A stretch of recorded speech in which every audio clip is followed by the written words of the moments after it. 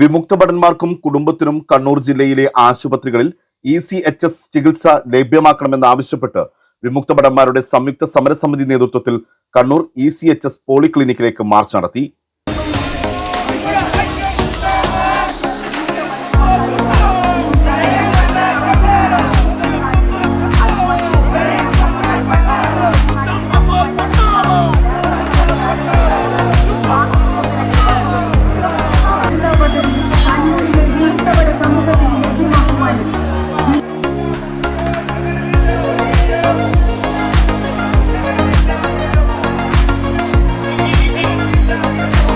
ക്ലിനിക്കിന് മുന്നിൽ നടന്ന പ്രതിഷേധ സമരം കോർ കമ്മിറ്റി കൺവീനർ വത്സൻ മടയമ്പേത്ത് ഉദ്ഘാടനം ചെയ്തു.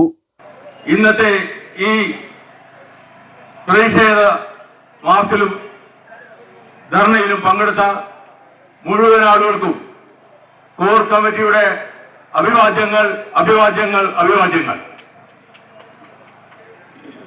നാം നേരിട്ടുകൊണ്ടിരിക്കുന്ന അതിസങ്കീർണമായ ഒരു പ്രശ്നമാണ് ECHS-ൽ ചികിത്സ ലഭിക്കുന്നില്ല എന്നുള്ളത്.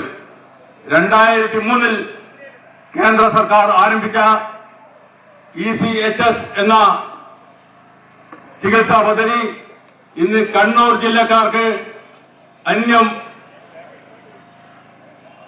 വരാതിരിക്കുകയാണ്.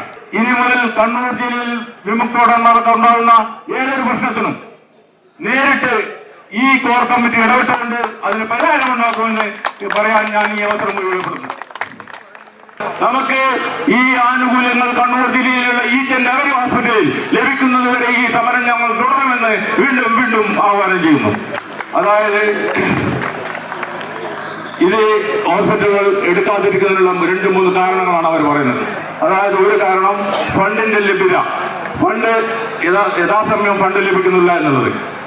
അതിനുള്ള പരിഹാരം ഞങ്ങൾ നിവേദനങ്ങളിലൂടെ അപേക്ഷിച്ച് അതിനുള്ള പരിഹാരം നടന്നു വരുന്നുണ്ട്.